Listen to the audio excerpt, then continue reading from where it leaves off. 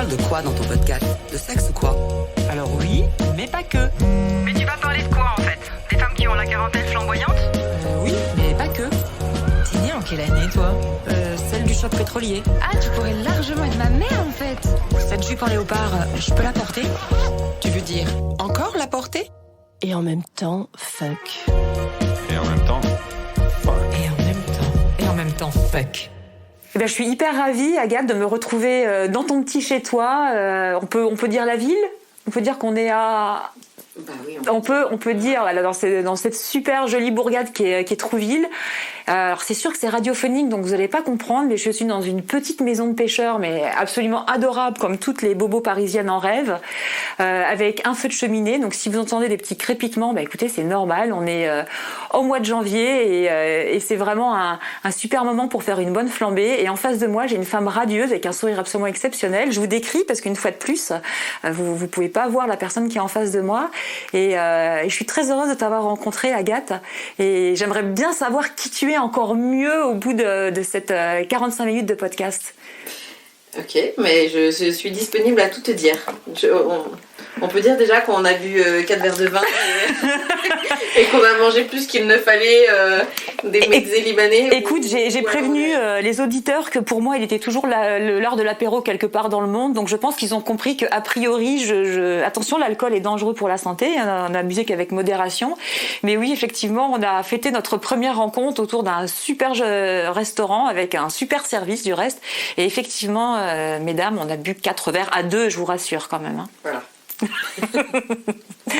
Alors qui es-tu, Agathe? Présente-toi, parce que moi ça y est, je commence un petit peu à connaître, mais pour nos auditeurs, est-ce que tu peux tout nous dire? Ouais. Alors je vais commencer à me définir par le fait d'être maman, puisque j'ai un petit garçon qui a 4 ans. C'est un petit garçon que j'ai eu à 37 ans. C'est mon seul et mon unique, mon précieux petit garçon. Je vis à Trouville-sur-Mer depuis le mois de mai, donc ça fait quelques mois seulement. J'avais vécu 20 ans à Paris, j'avais une belle carrière en production de visuels. J'ai fait des beaux programmes voilà, pour M6, France 3, etc. Et puis envie d'une vie plus nature, plus simple aussi.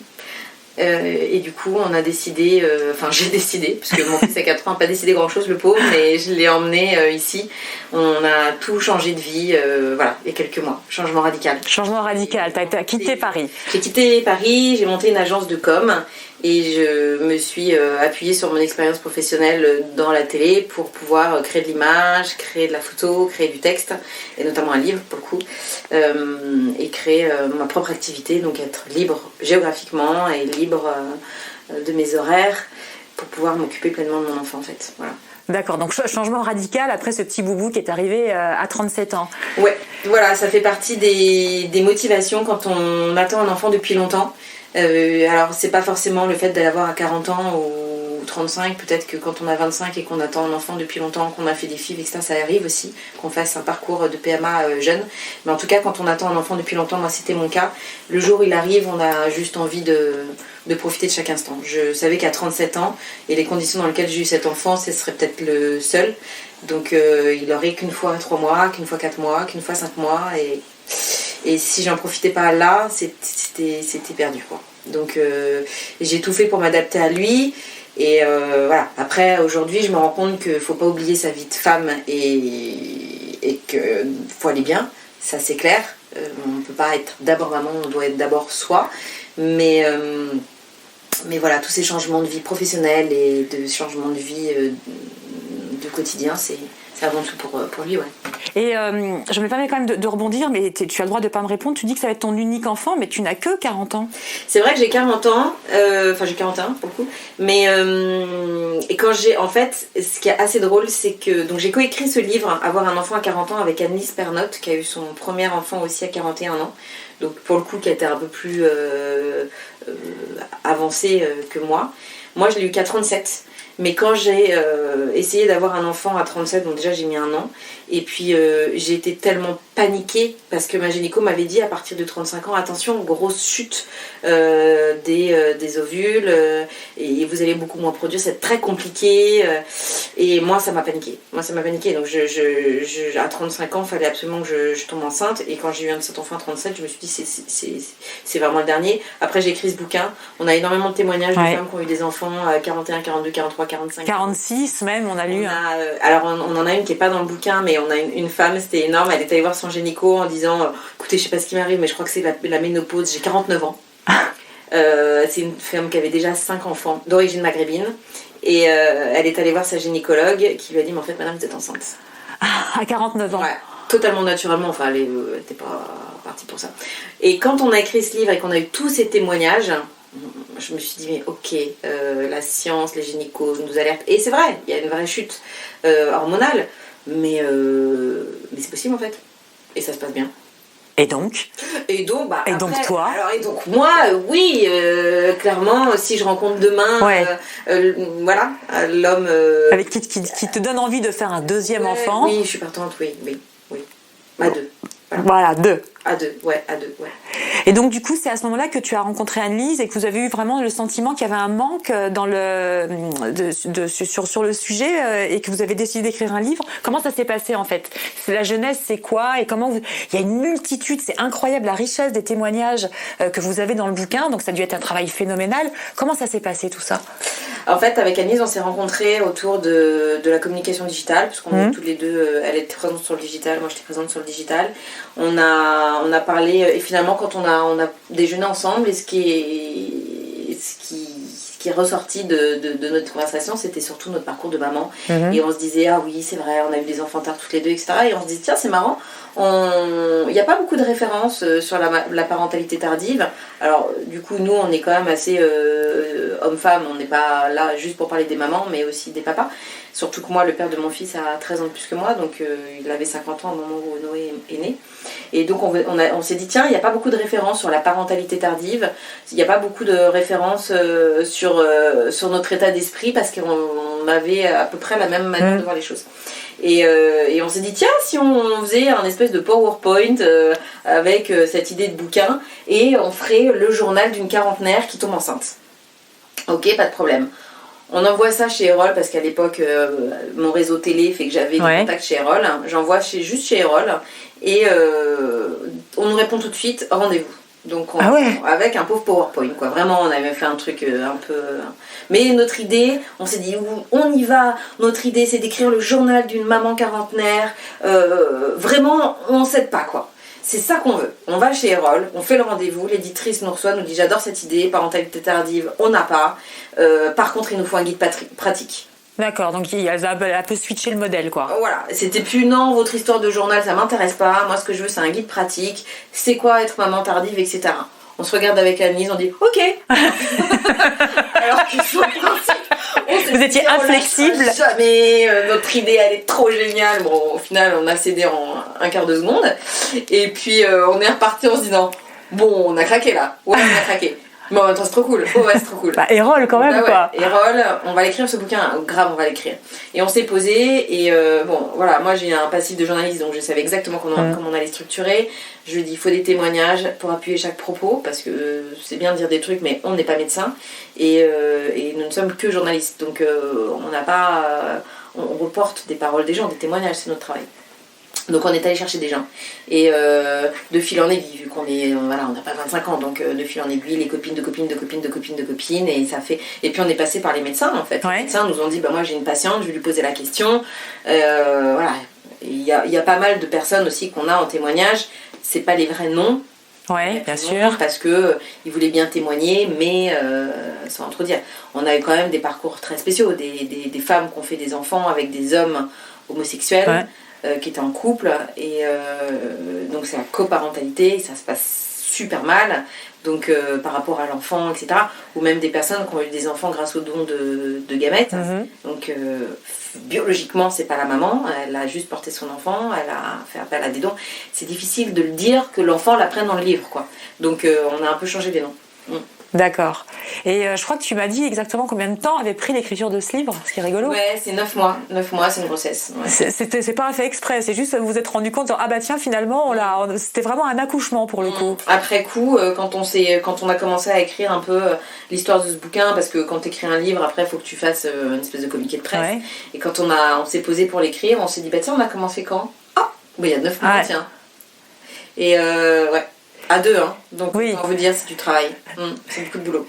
Et du coup, comment le livre il a été reçu justement par cette communauté de parents tardifs ? Le livre a été forcément super bien reçu. Et les gens qui étaient dans le bouquin sont super contents. La plupart, ça a libéré des paroles, ça a soulagé. Nous, l'idée surtout, c'était d'avoir un discours hyper positif. C'est de se dire, ok, on peut galérer pour avoir un enfant à 40 ans, ça existe. Malheureusement. Ok, on peut tomber face à des reproches et un accueil social, on va dire, pas top. Mais il y a des solutions.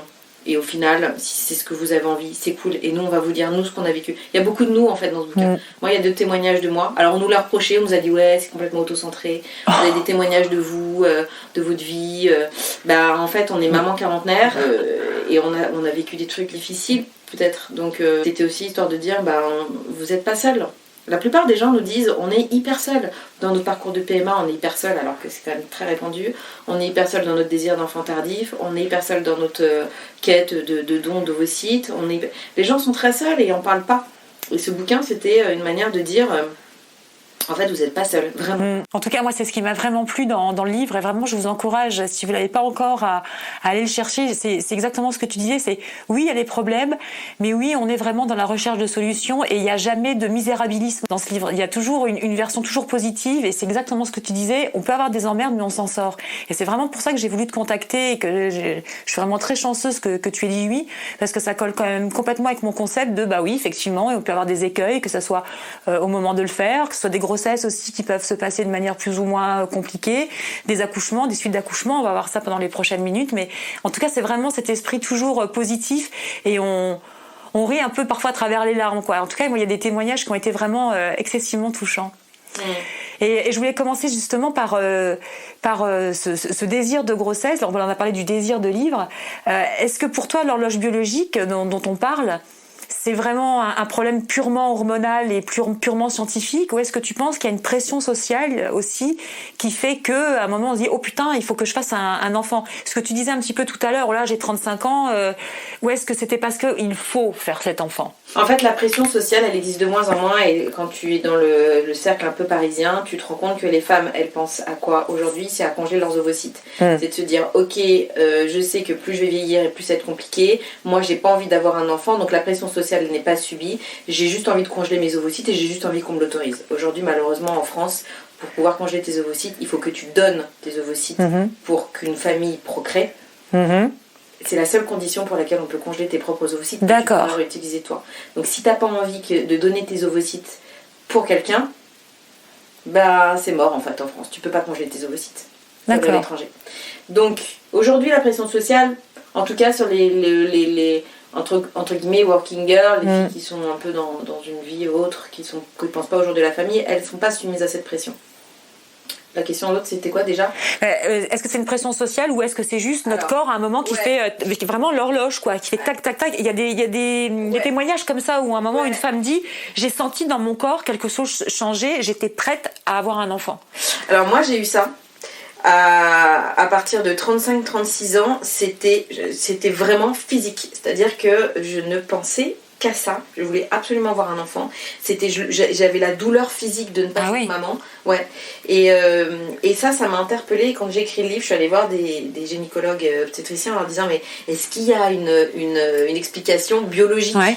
Et on m'a répondu que a priori à partir du moment où, à partir de 35 ans où t'as une chute hormonale, il y a un espèce de déclic biologique qui te donne une alerte. C'est dingue. Et on n'est pas tous, évidemment, on n'est pas tous soumis aux mêmes pressions biologiques. Il y en a qui vont avoir des ménopauses de ouf, il y en a ça va bien se passer, il y en a, les hormones c'est différent pour tout le monde.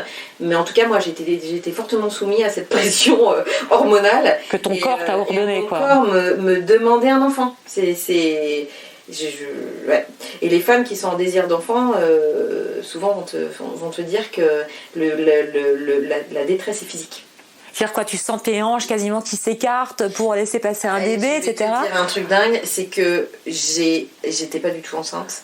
C'était bien avant d'avoir mon fils. J'ai rêvé que j'allaitais, j'ai senti le lait passer dans mon sein.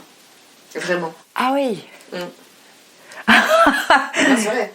Et je l'ai senti. Et le lendemain, je me suis réveillée, je me suis dit, c'est extraordinaire d'allaiter. Moi, j'ai allaité parce que je l'ai vécu. Tu l'as vécu et ton corps t'avait dit voilà, que tu serais une maman allaitante, ouais. quoi. Ouais. C'est dingue. Ouais. Non, mon corps m'a réclamé cet enfant, c'était évident. Et tu penses que elle existe aussi pour les hommes, du coup, ou alors du coup, à partir du moment où on a dit que c'était quelque chose de hormonal pur, est-ce qu'il y a cette même hormone, à ton avis, chez les hommes? Non. Parce que les hommes biologiquement portent pas l'enfant. Après, t'as des hommes qui vont te dire mais moi j'ai eu ce désir d'enfant très fort, etc.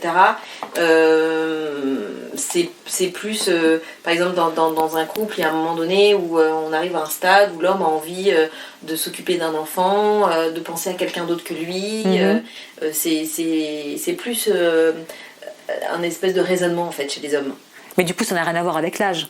Donc il peut l'avoir à 25 s'il est en couple avec une femme dont il est fortement tombé amoureux, ou à 50. Voilà. Non, ça n'a rien à voir avec l'âge. Non. Et tu penses qu'il y a un regard différent sur une femme quadra enceinte? Tu penses que la société porte un regard différent, ou aujourd'hui c'est fini? On a eu beaucoup de témoignages de femmes de 40 ans qui ont eu des réflexions. Les premiers à se permettre de faire des réflexions, c'est les familles. C'est en fait les premiers, en vérité, c'est tes parents. Ouais. Tes parents qui se voient déjà eux vieux. Parce que quand t'as 40 ans et enceinte, forcément tes parents sont un tout petit peu âgés. Et déjà, eux se voient défaillants par rapport à leur rôle de grands-parents. Donc le premier mot, ça va venir de tes parents, de ta famille proche. Ah mais quand même, mais tu dois pas... Ça va être assez dur de la part des parents. Et puis après, l'entourage peut avoir... soit un étonnement, soit des mots qui peuvent être un peu blessants. Ouais. Mais voilà, c'est vrai que quand t'es enceinte, t'es à fleur de peau. Donc, et puis peut-être que si toi-même t'es dans une espèce de culpabilité et que toi-même t'es en train de te dire ah là là, mon enfant, je vais la voir vieille, nanana, bah, la moindre réflexion, tu vas super mal la prendre. Moi, personnellement, j'avais peur pour le père de mon fils qui avait 50 ans, donc je me suis dit, je faisais les calculs dans ma tête, je me disais, mon Dieu, il aura 20 ans, son père aura 70, est-ce qu'il pourra aller jouer au foot avec lui? Vraiment.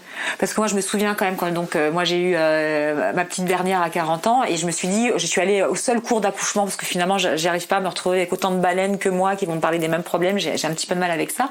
Mais du coup je me suis dit mais je vais être la senior du groupe, et en fait j'ai remarqué que j'étais entre guillemets dans l'âge de toutes ces mamans. Alors peut-être effectivement qu'à Paris c'est peut-être différent d'ailleurs, je sais pas, est-ce qu'on fait plus d'enfants plus vieux à Paris parce que pas le même rythme, bon bref j'en sais rien, mais j'ai pas eu l'impression d'être la carte vermeille du groupe, quoi. Je pense que, je sais pas, est-ce que c'est une impression que tu as eu aussi?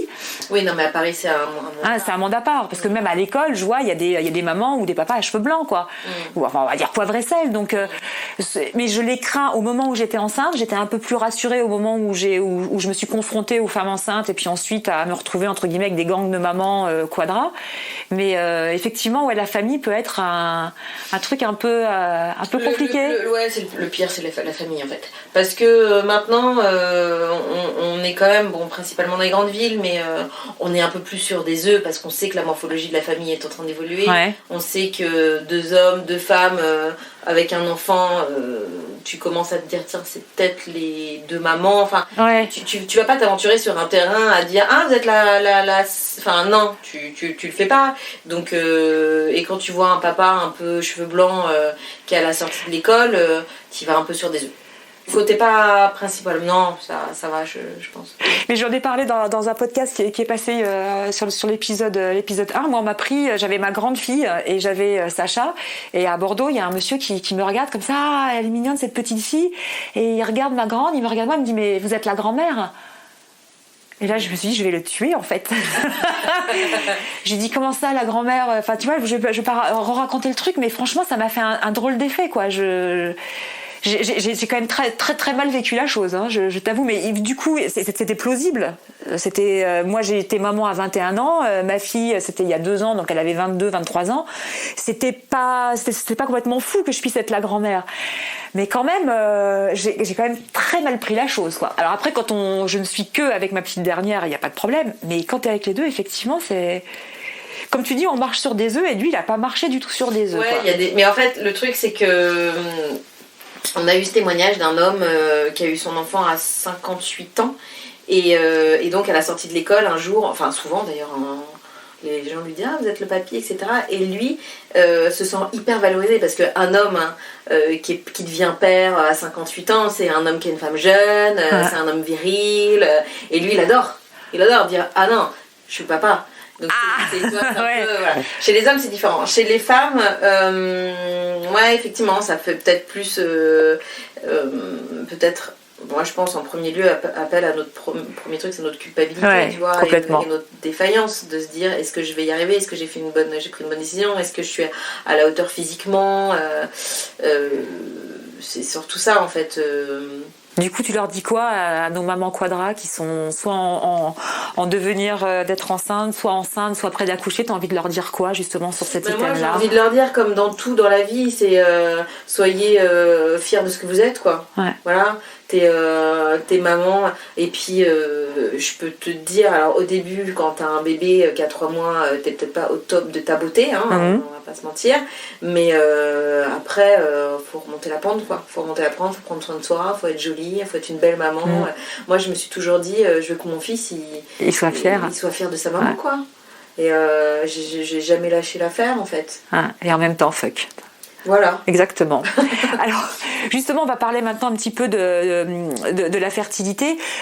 Toutes les deux, dans votre livre, vous êtes quand même très précautionneuse en disant attention les filles, effectivement, on a une fertilité qui baisse, je crois, à partir de 33 ou 35 ans, c'est ça, où on commence à avoir une activité ovarienne qui commence un petit peu à défaillir. Et vous dites, bah voilà, il faut pas perdre de temps, il faut y aller maintenant, quoi. Est-ce que tu peux nous expliquer un petit peu? Ouais, à partir du moment, en fait, donc le cas de figure, les 2 cas de figure principaux des parentalités tardives, c'est soit les familles recomposées, donc voilà, on voit ce que c'est, soit un peu des gens qui ont eu des carrières, qui ont voyagé, aujourd'hui il y a beaucoup d'expats, tu reviens, c'était pas le moment de faire des enfants, tu étais à l'autre bout du monde, donc tu as des enfants tard. Le jour où tu décides, donc à ce moment-là, après il y a tout le parcours des PMA aussi. Il y en a qui sont 10 ans et qui sont vraiment, enfin ils sont parents à 40, 45 ans, mais parce que c'est un parcours. Qu'ils essayent, quoi. Donc c'est voilà, un autre cas de figure.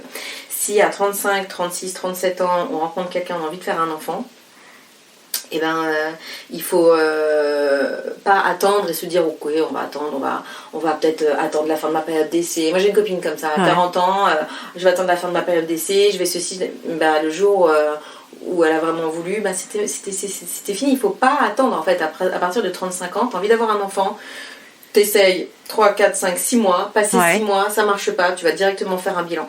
Ça veut pas dire on commence à se faire des piqûres, des machins, etc. Ça veut dire on voit où on en est. D'accord. Après, il faut tomber sur les bons gynécos qui vont être aussi optimistes, qui vont être... Et déjà ouverts à la question. Ouais, ouverts à la question, mais sans être optimistes, qui vont au moins être objectifs, quoi. Dire, ok, c'est pas grave, tout va bien, parce qu'il y a aussi des blocages psychologiques, et ça, c'est le pire. Mais parce qu'on a beau dire non mais faut pas que tu y penses, tu vas voir, je sais pas si tu parles mais 1000 fois. Voilà. Moi pendant 1 an fallait pas que j'y pense, non mais juste ma meuf, je suis en train de contrôler mon cycle, je regarde si j'ai ma glande machin, si j'ai les seins tendus, non mais t'inquiète pas, j'y pense pas, quoi. Voilà, c'est un peu compliqué de pas y penser, mais c'est vrai que le problème c'est que le blocage psychologique est juste énorme et peut retarder le projet. Mais ceci dit, à partir du moment où on est sûr de notre projet, qu'on a envie de le faire au mieux à 2, faut tout de suite consulter, faut tout de suite aller voir, faut tout de suite se donner toutes les chances d'y arriver. Et tu crois pas que moi je sais que mon gynéco, parce que j'ai eu Sacha, mais après j'ai pas réussi à tomber enceinte et j'ai fait un avortement thérapeutique et 2 fausses couches, et mon gynéco, pourtant qui est un spécialiste de la fertilité à Paris, m'a dit écoutez Esther, à un moment ça va, quoi, maintenant vous pouvez vous arrêter, quoi. Et j'ai trouvé ça hyper violent quand même, et pourtant c'était un gynéco plutôt charmant et plutôt, je te dis, justement dans la fertilité tardive, et j'ai trouvé ça ultra violent ce qu'il m'a dit. Et trouver le bon gynéco, et je crois que c'est vraiment un conseil qu'on a à donner, c'est je crois que dans ce parcours-là, il faut trouver quelqu'un qui soit quand même hyper à l'écoute, quoi, pas simplement un spéculum vivant, quoi. Alors, moi, ce que je peux dire par rapport à ça, par rapport aux témoignages, aux expériences qu'on a eues, c'est que souvent, les femmes qui ont déjà eu un enfant et qui veulent absolument un deuxième, soit comme toi, 20 ans plus tard, ou soit 5 ou 6 ans plus tard, et ben, en fait, on tombe face à des professionnels qui ont ce type de discours-là en disant... en gros, t'as déjà un enfant, c'est bon, quoi. Ouais, estime-toi contente, quoi. 42 ans, 43 ans, t'arrives pas à avoir un enfant, estime-toi contente, t'as déjà un... Et ça, c'est très très dur à entendre, parce que c'est pas parce que t'as déjà un enfant que t'as pas le droit d'en avoir un deuxième, ou que tu n'as pas le droit d'avoir envie d'un deuxième, en fait. T'as le droit de rêver d'une famille avec une fratrie, t'as le droit d'avoir ce désir, en fait, tout simplement. C'est comme si on te disait, bon, écoute, t'as bien mangé, t'as pas besoin d'un dessert. Et so what? te permet de dire ce dont t'as envie, pas envie, en fait. Donc, non, et ça, c'est difficile, je trouve, de tomber parfois sur des professionnels qui ont cette empathie. Et moi, je vais te dire, je suis allée à une conférence de presse des pontes de la... C'est Freeman et Ayoubi qui sont associés à l'hôpital Foch. C'était à leur conférence de presse. Ils nous parlaient de congélation, d'ovocytes, de machin, etc. C'était super intéressant. Et à un moment donné, moi, j'ai posé une question. J'ai dit, mais vous avez des patients qui sont dans une souffrance psychologique. C'est difficile, le parcours de PMA. Vous avez quoi? Vous leur proposez quoi? Et le mec m'a dit, prochaine question. Ah, il a carrément pas voulu répondre. Ils ont pas voulu répondre. Et il se trouve quand même qu'à l'hôpital Foch, il y a quand même une psy dont le nom m'échappe, mais qui est top et qui s'occupe quand même. Et elle est désespérée. Elle me dit, on nous envoie rarement des patients. C'est nous qui allons les chercher ou c'est nous qui allons leur dire, voilà. Bon, après, c'est des psychiatres et des psychologues très connus. Mais aujourd'hui, même les pontes de ponte du premier gars qui a fait la fécondation in vitro va te dire que l'aspect psychologique... avant tout, c'est la science. Moi, je suis pas d'accord avec ça. Mais t'as raison, je fais le même constat quand j'étais à l'hôpital américain, donc pour cette fausse couche. J'allais donc me faire avorter de ce bébé qui était trisomique, et à côté de moi il y avait des femmes enceintes qui allaient accoucher, et je trouvais ça aussi, je me souviens, j'étais dans une espèce de nébuleuse comme ça, et je me dis, mais pourquoi on n'est pas dans des salles séparées, en fait? Pourquoi confronter ma souffrance à moi, qui était en plus très visible pour le coup, avec le bonheur de cette maman que quelque part je suis en train d'entacher, et puis elle avec son gros ventre, elle me fait mal aussi. Et j'ai trouvé ça super rude alors je dis pas qu'il faut catégoriser les salles d'attente, mais presque, quoi, tu vois, d'avoir un accompagnement du bonheur comme un accompagnement de la souffrance de ces mamans qui ont pu connaître comme moi des parcours un peu compliqués, quoi. Et si en plus tu dis que des grands pontes comme ça n'ont pas la finesse et la sensibilité pour répondre à ça, je trouve ça quand même... C'est quoi? C'est parce que c'est des hommes? C'est parce que c'est des médecins et du coup ils se concentrent uniquement, comme tu dis, sur... focalisés sur l'aspect biologique. Et ils excellent dans leur pratique de la biologie. Ils vont te dire l'embryon J3, J5 pour des filles, machin, nanana. Ils vont exceller dans ça. Mais... Oui, mais conscients de leurs lacunes, je pense que c'est quand même des gens intelligents, ils pourraient aussi dire, bah voilà, nous on n'est pas spécialistes de ça, nous effectivement c'est l'embryon X302, mais on a une équipe aussi de soutien, parce que je pense aussi que quand ça fonctionne, il y a aussi, comme tu disais tout à l'heure, un aspect quand même psy qui est important. Moi je trouve ça hyper choquant. Ouais, moi aussi j'ai trouvé ça très choquant. Mais après il y a quand même des psys, hein, mais... c'est vrai que ils n'intègrent pas ça dans le parcours. Ouais. Et même après, hein, parce que après, quand tu as un enfant, parce que c'est des fois tu as des accompagnements pendant les FIV quand même, c'est quand même prévu, si on en a envie. Par contre, une fois que tu as ton bébé... c'est fini, ouais. Et ça, c'est très compliqué. C'est très compliqué. Oui, on parlera tout à l'heure des suites de couches, y compris les déprimes postpartum, etc. Et je reviens du coup à ce sujet-là. Donc, est-ce que toi, tu as des astuces anti-déprime justement par rapport à ça? Tu disais ce parcours est difficile. Les astuces anti-déprime quand tu essayes d'avoir un enfant et que tu n'arrives pas à avoir un enfant. Et effectivement, il y a une des astuces... c'est moi, parce qu'en fait, oui, c'est moi qui ai écrit cette partie-là. Et c'est toujours dans un esprit assez positif. Oui. Et moi, c'est vrai que j'aime bien être entourée. Et c'est continuer à vivre. Mais si je devais rajouter quelque chose, je me suis rendu compte, en fait, avec le temps et tous les témoignages, que c'est surtout le couple. Ouais. Avant tout. Et les très très belles réussites d'enfants comme ça, c'est des... Enfin, pour tomber enceinte, hein, je veux dire. C'est les couples qui étaient solides. Et en fait, on est souvent focalisé sur tel jour, il faut absolument qu'on fasse l'amour. Quelque part, le sexe est complètement déshumanisé. Hein. Il y a un moment donné, on fait l'amour parce qu'il faut faire l'amour. Donc c'est vrai que c'est difficile aussi pour les hommes. Parce que eux, même s'ils ont envie de cet enfant, c'est pas des machines. Et du coup, on s'est rendu compte que les hommes qui étaient, et les femmes en fait, qui faisaient passer de toute façon le couple avant, et c'est nous. Ouais. On veut cet enfant, mais c'est d'abord nous. Ça marche beaucoup mieux. Donc, et je pense qu'il ne faut pas hésiter à en parler, mais une fois de plus aux bonnes personnes. Quoi. Parce que des fois, on se dit, je vais en parler à ma mère, et puis on en parle à sa mère, et sa mère est pleine de peur, d'angoisse par rapport à elle-même, par rapport à sa propre histoire, et en fait, c'est juste horrible d'en parler. Donc, il faut essayer de trouver une personne où on sait qu'il n'y aura pas de jugement, et quelqu'un qui peut aussi accepter de s'en prendre plein la tronche, parce que j'ai une copine qui veut avoir un enfant et qui est obligée de passer par le don, et parfois je m'en prends un peu plein la tête, et après elle me rappelle en me disant excuse-moi, je suis pas bien, mais je comprends. Quand on est passé par là, et c'est bien qu'elle en parle, et je lui dis continue à m'en parler, continue à m'en prendre plein la tête, mais en même temps je pense qu'il faut en parler, il faut penser aussi à son couple, vraiment. D'accord. Bon, moi, on m'a parlé souvent des risques de la grossesse tardive. Alors moi, j'ai eu des grossesses à 20 ans d'écart. J'ai effectivement pas vécu forcément la grossesse de la même manière, mais j'ai pas eu la sensation d'être en tout cas, à part des gros items de risque effectivement liés à un enfant qui serait trisomique, mais j'ai pas eu l'impression d'avoir une grossesse à risque. Comment t'as vécu ça, toi ? En fait, quand tu te renseignes auprès des spécialistes, des gynécologues, puisque ça, c'est des questions quand même très médicales, ça n'existe plus. Le mot de grossesse. Les grossesses à risque, c'est grossesse multiple aujourd'hui. Donc la grossesse tardive n'est plus une grossesse à risque. Après, il n'y a pas un suivi médical spécial en fait. Tu as exactement la même chose que les autres. Et d'ailleurs, dans notre bouquin, on explique que. Alors, la seule chose qui est en plus et qui augmente vraiment significativement, c'est les fausses couches. Après 35 ans, tu as 17% de fausses couches. Après 40 ans, tu as 33% de fausses couches. Après 45 ans, tu as 53% de fausses couches. Donc là, c'est vraiment significatif. Si on prend la trisomie, malheureusement, tu es tombé dans un très faible pourcentage. À 35 ans, tu as 0,1%. Et après 45 ans, tu as 1,2%. C'est rare, hein. Tu vois, c'est vrai que on est tous super stressés par le test de la trisomie du 3e trimestre. Quand tu approches de la quarantaine, parce qu'on t'a dit oui, il y a plus de trisomie, en réalité, t'as 1%. C'est vraiment pas beaucoup. C'est ce qu'on se dit quand on a les résultats, et on se dit c'est pas de chance.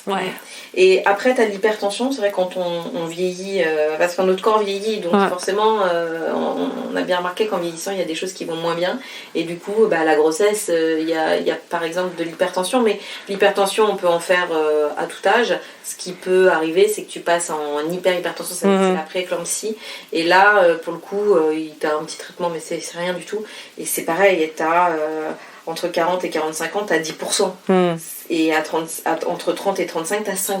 Voilà, c'est vrai qu'il ne faut pas non plus, avec les chiffres que tu donnes, être complètement anxiogène par rapport au moment qui nous écoute. Et c'est bien pour ça qu'on ne parle pas de grossesse à risque, parce que quand tu regardes les chiffres, tu as le diabète gestationnel, on en parle, mais tu as à 40 ans, tu as 6%.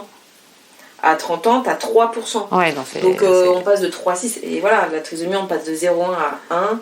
La seule chose, c'est la fausse couche. C'est vrai que moi je crois que la seule chose que j'avais prise en compte, c'était le fait d'être dans une maternité. Je cherche le nom de ma maternité, de niveau 3. À Port-Royal, j'ai accouché à Port-Royal. Si l'équipe de la maternité de Port-Royal m'écoute, je voudrais vraiment les remercier 6 ans plus tard, parce que c'était quand même une maternité absolument exceptionnelle. Mais c'est le seul item sur lequel j'ai dit je peux avoir j'ai la chance d'avoir une grossesse qui se passe plutôt bien. On va voir comment se passe l'accouchement. Bon, j'ai mis 6 jours pour accoucher, pour un deuxième, ça fait quand même un peu beaucoup. J'étais contente. 6 jours. C'est beaucoup, 6 jours pour accoucher. J'ai vu le roulement de toutes les infirmières, en fait, qui disaient vous êtes encore là, mais vous n'avez pas accouché. Donc j'ai fait, j'ai perdu les os, j'ai commencé à accoucher le lundi, j'ai perdu les os le mardi, j'ai accouché le vendredi. Ah ouais. Voilà.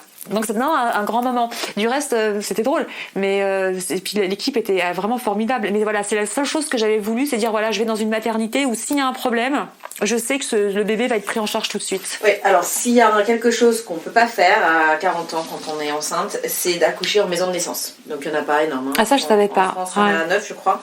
Et donc, je vis brièvement, la maison de naissance, c'est un endroit où on peut accoucher d'une manière naturelle, enfin dans une salle normale, enfin même presque sur un canapé. Et en France, une grossesse tardive, et tu peux pas. Tu peux pas, Tu peux pas parce qu'il faut en fait avoir pratiquement 0 risque de césarienne. Ouais. Déjà, t'as pas de Ah, t'as pas de péridurale? péridurale. Ah oui. Non, c'est un accouchement naturel. Uh-huh. Donc pour peu que... Alors généralement les maisons de naissance sont collées à des maternités justement niveau 3 parce que tu peux direct basculer, mais quand tu arrives avec ton profil de quarantenaire enceinte, c'est pas que tu as énormément de risques à l'accouchement, mais c'est vrai que les césariennes sont un peu plus élevées sur les taux quand tu as 40 ans que des accouchements par voie basse, et en fait non, ça tu peux pas. D'accord. Effectivement, nous on conseille en tout cas dans notre bouquin de choisir une maternité niveau 3, Ouais. au moins il y a tout ce qui est Ouais, la réa, etc. Exactement. On n'a pas envie d'y penser, mais malheureusement on contrôle pas l'arrivée de bébé, ça tu contrôles pas. Il y a un témoignage qui m'a aussi fortement émue. Cette femme qui a accouché d'un petit garçon, je crois, à 46 ans suite à une FIV. Et elle décrit dans son témoignage la manière dont son... Alors tout le monde l'avait prévenu, attention, et tu vas voir si... Enfin, un petit peu comme on fait quand une femme est enceinte, on la part comme ça de plein de choses, on dit attention à tout.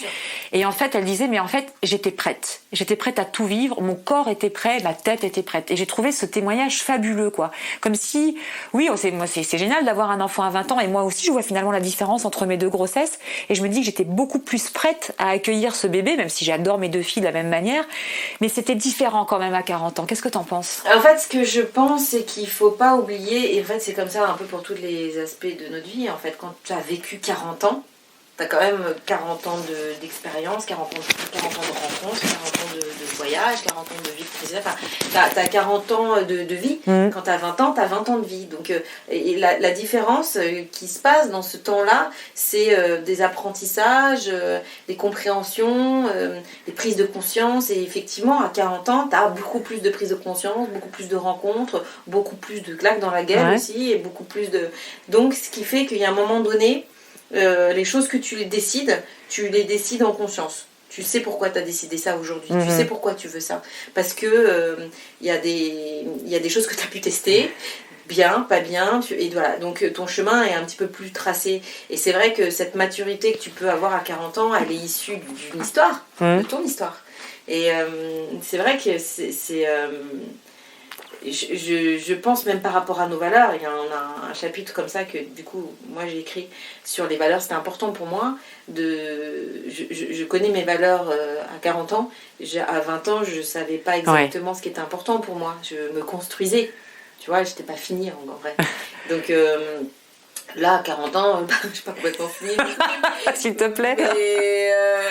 Mais en même temps, je les connais, mes valeurs. Je sais pourquoi je les prends, ces décisions. T'es plus sereine? Non, pas du tout. Oh là là, je suis pas du tout sereine. Pour donner un exemple, pour illustrer tout ça, c'est aujourd'hui, mon fils, j'ai besoin qu'il apprenne, par exemple, la sociabilisation. Ouais. J'ai besoin qu'il vive dans le groupe. J'ai besoin qu'il apprenne les codes du groupe. Parce qu'aujourd'hui, à 40 ans, je me rends compte que si tu sais pas gérer tes relations humaines et tu comprends pas ça, t'es défaillant en fait. C'est-à-dire qu'après, t'es mis de côté, tu subis les relations. Je veux qu'il puisse choisir sa place dans la société. Ça peut être de choisir de vivre en forêt, mais en tout cas, il saura pourquoi il le fait. Donc je veux lui donner je veux qu'il apprenne ces codes-là. À 20 ans, jamais je t'aurais tenu ce discours-là parce que j'avais pas cette expérience de la vie. J'avais pas cette expérience au travail où je sais ce que c'est que de travailler en équipe, je sais ce que c'est que de ravaler son ego, je sais ce que c'est que d'être focus parce que t'es obligé parfois. Et tout ça, je sais du coup que cette intelligence des relations humaines est hyper importante pour savoir comment te placer dans la société. Et du coup le transmettre. Et du coup, je lui transmets beaucoup de politesse, beaucoup de... Voilà, et ça, c'est parce que j'ai 40 ans, bien sûr. Ah merde, il faut que je demande à ma fille aînée tout ce que je lui ai pas appris, du coup.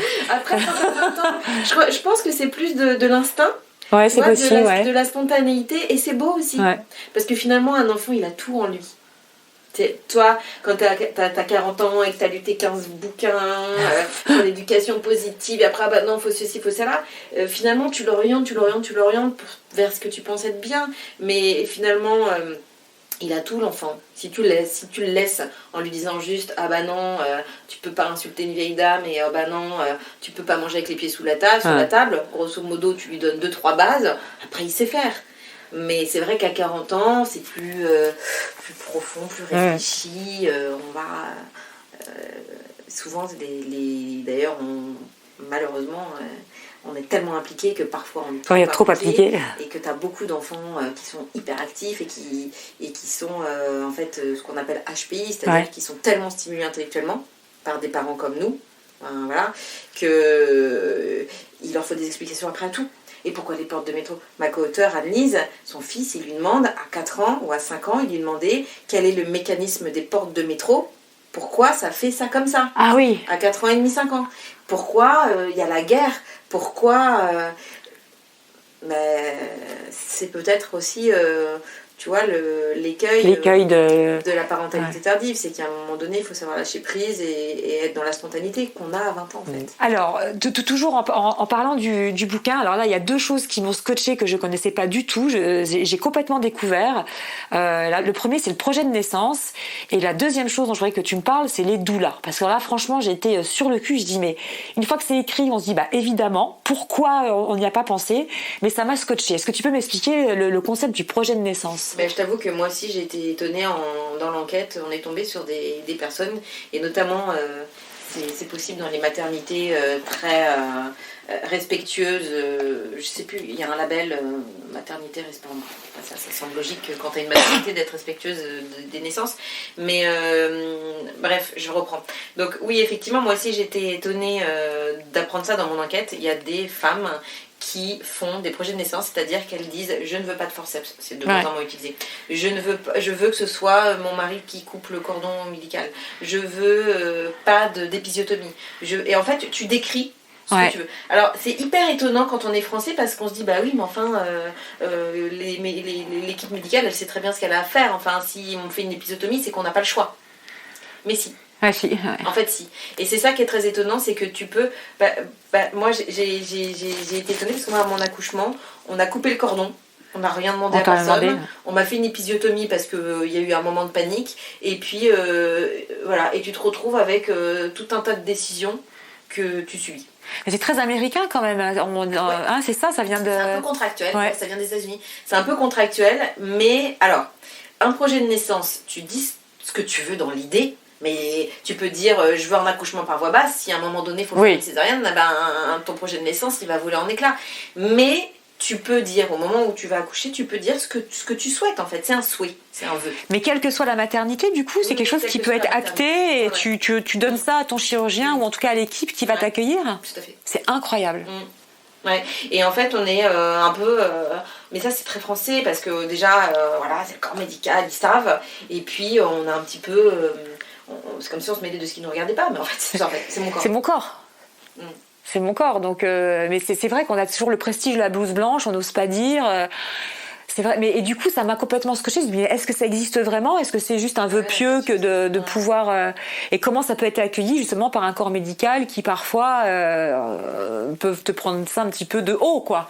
Mais écoutez, madame, si je dois vous faire une épisiotomie, je vous fais une épisiotomie. Ben non, en fait. Et on a vu d'ailleurs qu'il y avait beaucoup qu'il y avait une chute du nombre des épisiotomies. J'ai vu ça quand j'ai dû accoucher en disant, écoutez, c'est pas le truc le plus agréable du monde. Je l'ai eu pour la première, si je pouvais l'éviter pour la deuxième, ça serait pas mal. Et il y a vraiment une chute, et justement à Port-Royal, ils étaient très à l'écoute là-dessus. Mais je trouve ça absolument formidable. Mais si j'étais enceinte là maintenant et que je devais tout écrire, il me faudrait quand même une sacrée paire de balls quand même pour aller le déposer au corps médical. Mais mesdames, si jamais ça vous est arrivé, moi je veux absolument avoir les témoignages pour voir comment ça a été reçu. Mais je pense que ne serait-ce que pour soi, ça doit faire un bien fou d'écrire.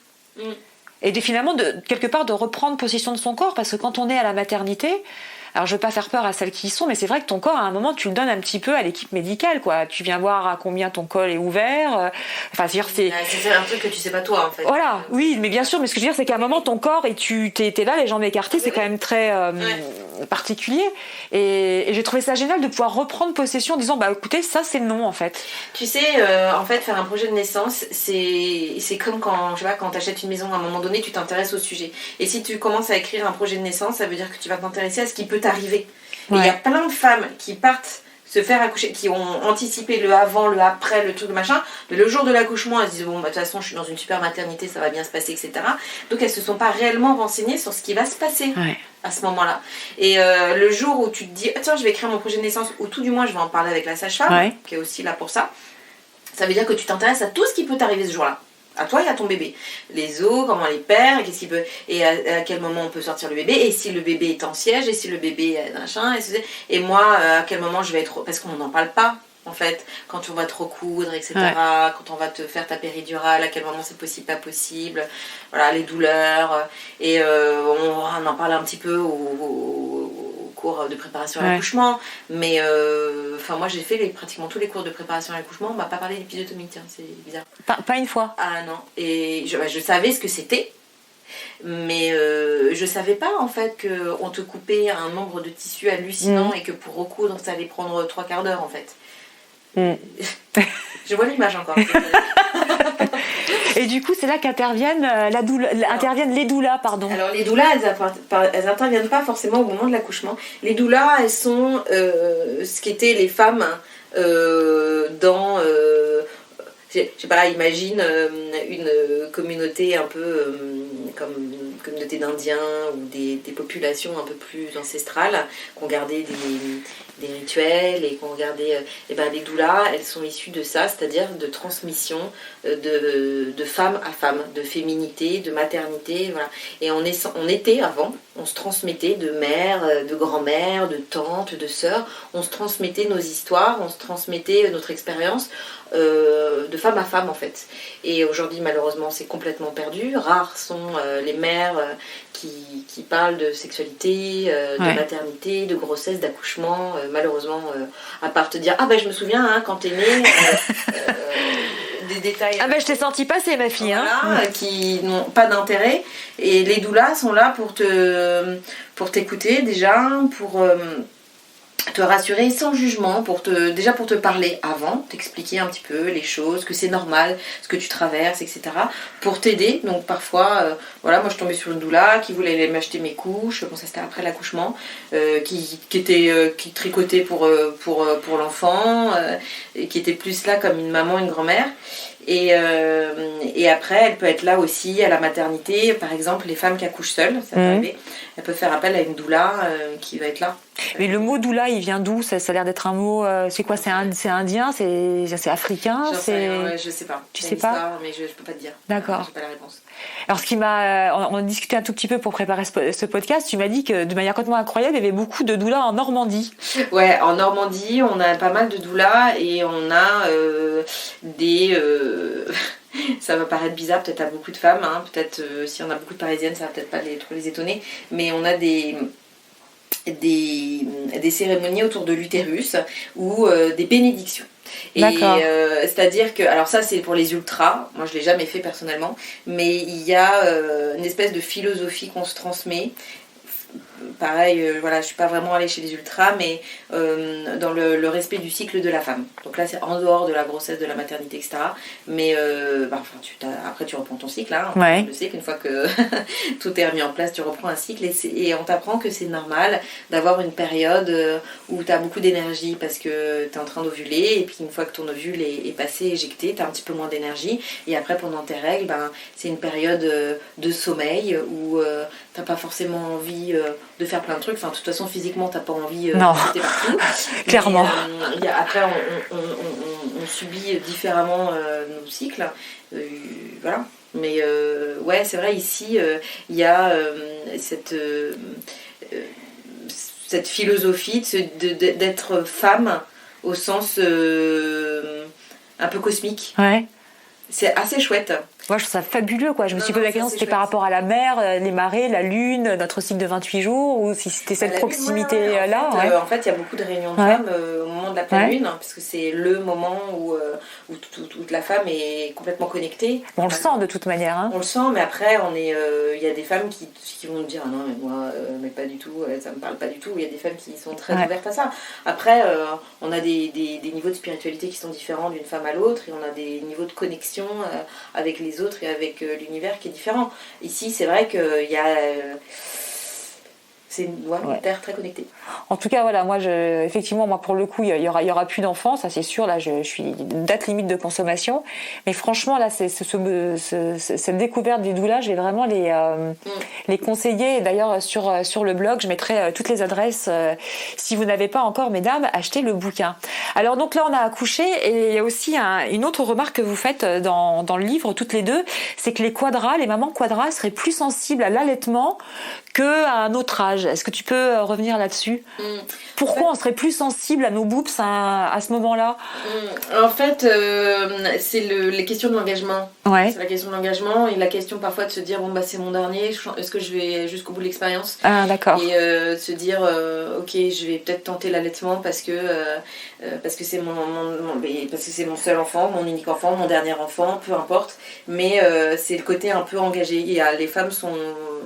Les mamans sont plus engagées en vieillissant, ce qu'on se disait tout à l'heure, tu vois. D'accord. Ça en fait partie. Dans la dernière partie du livre, vous parlez aussi de cet enfant qui arrive à 40 ans et de cette envie de changer de vie. Et tu parles de ton expérience. Toi, tu es partie de Paris parce que peut-être aussi tu n'avais pas forcément envie de laisser cet enfant dans cette ville fort bruyante et fort compliquée. Mais tu me parlais et polluée et voilà. Et il y a des témoignages aussi dans votre livre justement sur ces gens qui changent de vie, qui changent de métier aussi. Vous en avez parlé. Tu m'as parlé tout à l'heure. Je sais pas si on peut en parler de cette personne que tu as rencontrée et qui est partie on peut en parler ou pas ? Oui. Voilà, de cette personne qui est partie en camping-car. Est-ce qu'à ton avis, l'enfant de 40 ans, c'est la partie 2 de la vie, quoi ? C'est un recommencement finalement ? Alors moi, je dirais que c'est l'enfant de 40 ans, dans la phrase, c'est plutôt 40 ans. Moi, en tout cas, je l'ai vécu comme ça. 40 ans, ça a été c'est ta troisième crise d'ado. En fait, t'as ta première crise à 3 ans, t'as ta deuxième crise à 18-20 ans, et ta troisième crise à 40 ans. Et moi, ma troisième crise, ça a été une grosse prise de conscience sur, en fait, qu'est-ce que je veux moi vivre, où je veux vivre, quelles sont mes valeurs, voilà. Et quand t'as un enfant, parce que finalement, avoir un enfant à 40 ans, là, c'est juste le tsunami. C'est-à-dire que déjà, t'as 40 ans, donc tu te poses des questions. En plus, t'as un enfant, donc tu te poses encore plus de questions. Et là, oui, les choix de vie s'imposent. Est-ce que j'ai le bon boulot ? Est-ce que je suis disponible pour mon enfant ? Ouais. Est-ce que je vis là où j'ai envie de vivre ? Est-ce que je lui transmets les valeurs que j'ai envie de lui transmettre ? On parle encore des valeurs. Mais finalement, sans parler par exemple, si je parle de ma propre sœur qui a 40 ans et a 42 ans son mari, les enfants étaient déjà plus âgés, mais ils ont tout quitté pour vivre en camping-car et faire le tour du monde en camping-car. Et voilà, il y a un gros changement de vie, mais c'est plus, je dirais, plus 40 ans. Mais ouais. C'est une addition, quoi. C'est 40 ans plus un nouvel être qu'on n'a pas forcément envie de faire vivre dans les conditions d'avant. Oui, c'est ça. Après moi, je pense que la plupart des jeunes parents, même tu as des jeunes parents qui ont 30 ans, qui font 1 an, 2 ans, 3 ans de parc dans des appartements tout petits à Paris, qui dorment dans le salon parce qu'au final, ils finissent par donner la chambre aux enfants. Et il y a un moment donné, ils se regardent et ils se disent, il y a un truc qui va pas. Non, il y a un truc qui va pas. Et ça, je suis pas sûre que ce soit parce qu'ils ont 40 ans. Il y a des... t'as cette prise de conscience-là, tu peux l'avoir bien avant.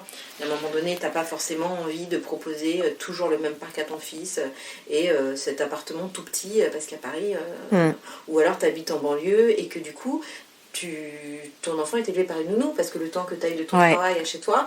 les problématiques, on les a tous